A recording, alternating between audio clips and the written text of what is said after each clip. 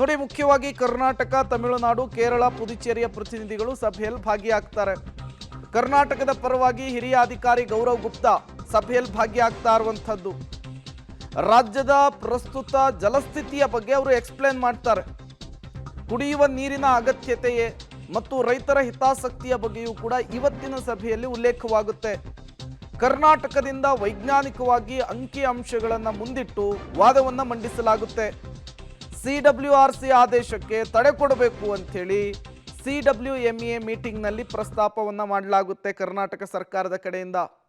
ಒಂದು ವೇಳೆ ರಾಜ್ಯದ ಪರವಾಗಿ ಆದೇಶ ಇವತ್ತಿನ ಸಭೆಯಲ್ಲಿ ಬರೆದಿದ್ರೆ ಸರ್ಕಾರ ಮುಂದಿನ ಪ್ರಕ್ರಿಯೆಗಳಲ್ಲಿ ಭಾಗಿಯಾಗಬೇಕಾಗುತ್ತೆ. ಸರ್ವಪಕ್ಷದ ಸಭೆಯನ್ನು ಕರೆಯೋದು, ಕೇಂದ್ರದ ಮೇಲೆ ಒತ್ತಡವನ್ನು ಹಾಕುವಂಥದ್ದು, ಮತ್ತೊಂದು ಕಾನೂನು ಸಮರದ ಮೂಲಕ ಸದ್ಯದ ಪರಿಸ್ಥಿತಿಯನ್ನು ತಿಳಿಸಿ ನೀರನ್ನು ಹರಿಸದೇ ಇರುವಂತಹ ನಿಟ್ಟಿನಲ್ಲಿ ನಿರ್ಧಾರವನ್ನು ತೆಗೆದುಕೊಳ್ಳುವಂಥದ್ದು.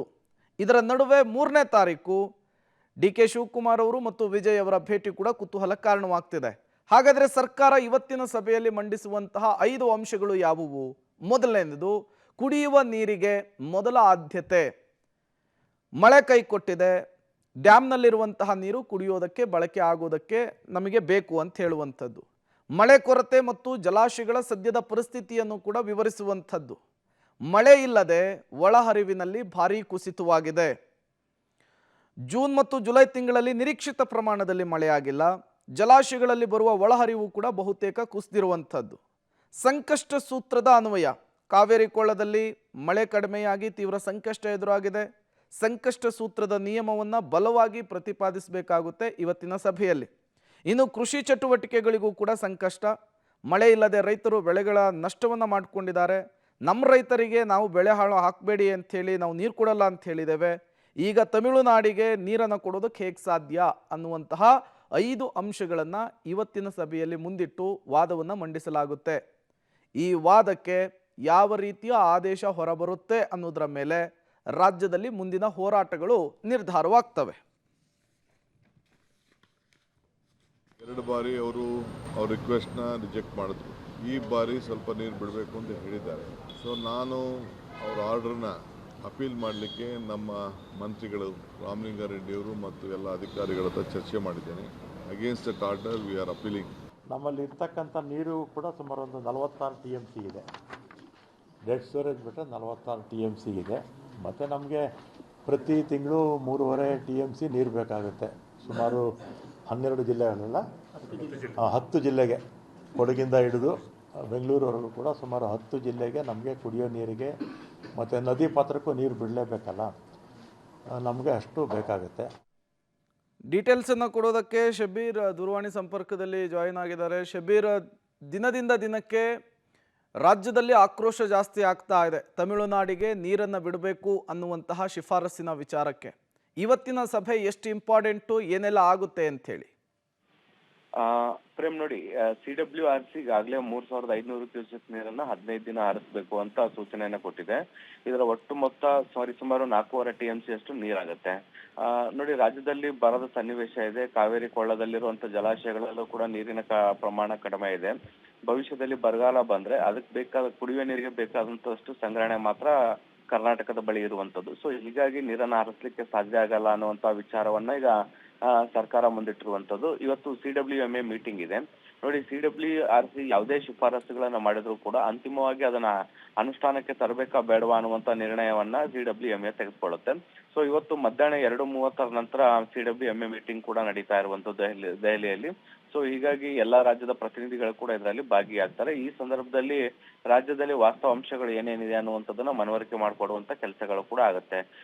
CWMAಗೆ ಬಹುತೇಕ ಎಲ್ಲಾ ರೀತಿಯಾದಂತ ಮಾಹಿತಿಗಳು ಕೂಡ ಇರುತ್ತೆ.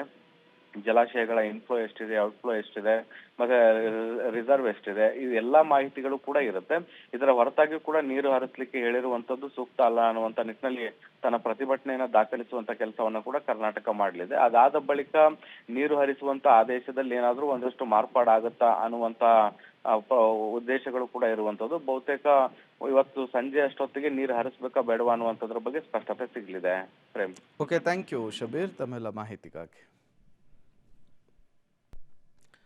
ಕಳೆದ ಬಾರಿಗೆ ಇಷ್ಟೊತ್ತಿಗೆ ರಾಜ್ಯದಲ್ಲಿ ಮಳೆ ಚೆನ್ನಾಗಾಗಿತ್ತು, ಜಲಾಶಯಗಳು ಭರ್ತಿಯಾಗಿತ್ತು, ಯಥೇಚ್ಛವಾಗಿ ತಮಿಳುನಾಡಿಗೆ ನೀರನ್ನು ಕೂಡ ಹರಿಸಲಾಗಿತ್ತು. ಬಟ್ ಪರಿಸ್ಥಿತಿ ಈಗ ಹಂಗಿಲ್ಲ, ಬರಾವರಿಸಿದೆ.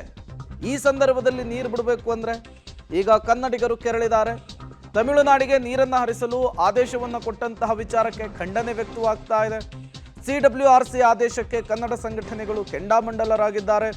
ಸರ್ಕಾರ ತಮಿಳುನಾಡಿಗೆ ನೀರನ್ನು ಬಿಟ್ಟರೆ ಕರ್ನಾಟಕ ಬಂದ್ ಅಂತ ಎಚ್ಚರಿಕೆ ಕೊಟ್ಟಿದ್ದಾರೆ. ತಮಿಳುನಾಡಿಗೆ ನೀರನ್ನು ಹರಿಸಿದರೆ ಆಗಸ್ಟ್ನಲ್ಲಿ ನಾವು ಕರ್ನಾಟಕವನ್ನು ಬಂದ್ ಮಾಡಿಯೇ ತೀರ್ತೇವೆ ಅಂಥೇಳಿ ಆಕ್ರೋಶವನ್ನು ಹೊರಹಾಕ್ತಿರುವಂಥದ್ದು. ಆಗಸ್ಟ್ 3ರ ನಂತರ ಕರ್ನಾಟಕ ಬಂದ್ ಮಾಡಬೇಕೋ ಬೇಡವೋ ಅನ್ನೋದನ್ನು ನಿರ್ಧಾರ ಮಾಡ್ತೀವಿ ಅಂತ ಹೇಳಿದ್ದಾರೆ. ನಿನ್ನೆ ರಾಮನಗರ, ಮೈಸೂರು, ಮಂಡ್ಯ, ಬೆಂಗಳೂರು ಸೇರಿದಂತೆ ಹಲವು ಕಡೆಗಳಲ್ಲಿ ದೊಡ್ಡ ಮಟ್ಟದ ಪ್ರತಿಭಟನೆ ಆಗಿದೆ. ಪ್ರತಿಭಟನಾ ನಿರತರನ್ನು ಪೊಲೀಸರು ವಶಕ್ಕೆ ಪಡೆಯುವಂತಹ ಕೆಲಸ ಕೂಡ ಆಯಿತು. ಇವತ್ತಿನ ಸಭೆ ಆಗಸ್ಟ್ 3ರ ನಂತರ CM ವಿಜಯ್ ಬಂದು ಹೋದ ನಂತರ ಏನಾಗುತ್ತೆ ಅನ್ನೋದನ್ನು ನೋಡಿಕೊಂಡು ಹೋರಾಟವನ್ನು ನಿರ್ಧರಿಸೋದಕ್ಕೆ ಪ್ಲಾನ್ ಆಗಿದೆ. ಕಾವೇರಿ ವಿಚಾರದಲ್ಲಿ ನಾವೆಲ್ಲ ಒಮ್ಮತ ಅಖಂಡ ಕರ್ನಾಟಕ ಬಂದ್ ಕರಿತೀವಿ. 11 ಗಂಟೆಗೆ ಎಲ್ಲಾ ಕನ್ನಡ ಪರ ಸಂಘಟನೆಗಳ ಸಭೆಯನ್ನ ಕರೆದಿದ್ದೀವಿ. ಸಭೆ ಅಲ್ಲಿ ಎಲ್ಲಾ ರೀತಿಯ ನಿರ್ಣಯವನ್ನ ತಗೊಳ್ತೀವಿ. ಅಖಂಡ ಕರ್ನಾಟಕ ಬಂದ್ ಮಾಡೋದಕ್ಕೆ ತೀರ್ಮಾನ ತಗೊಳ್ತೀವಿ. ನಮ್ಮ ನಾಯಕರಾದಂಥ ವಾಟಾಳ್ ನಾಗರಾಜ್ ಅವರು ನಾನು ಬಂಗಾರಪ್ಪನವ್ರನ್ನ ಕೇಳಿ ದಯವಿಟ್ಟು ನೀರು ಬಿಡಬೇಡಿ, ಸುಗ್ರೀವಾಜ್ಞೆ ಹೊರಡಿಸಿ ಅಂತ ಹೇಳಿದ್ದು. ಅವತ್ತು ಸುಗ್ರೀವಾಜ್ಞೆ ಹೊರಡಿಸಿದ್ರು.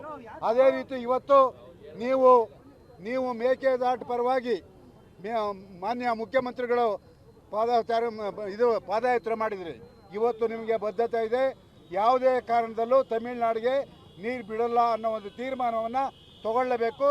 ಮೇಲ್ಮನವಿಯನ್ನು ಸಲ್ಲಿಸಬೇಕು. ಕರ್ನಾಟಕ ಬಂದ್ಗೆ ತೀರ್ಮಾನ ಮಾಡಿ ಕರೆ ಕೊಡ್ತೀವಿ. ಕರ್ನಾಟಕದ ಯಾವುದೇ ಡ್ಯಾಮ್ಗಳಲ್ಲಿ ನೀರಿಲ್ಲ. ಮಳೆ 20% ಮಳೆ ಬಂದಿಲ್ಲ.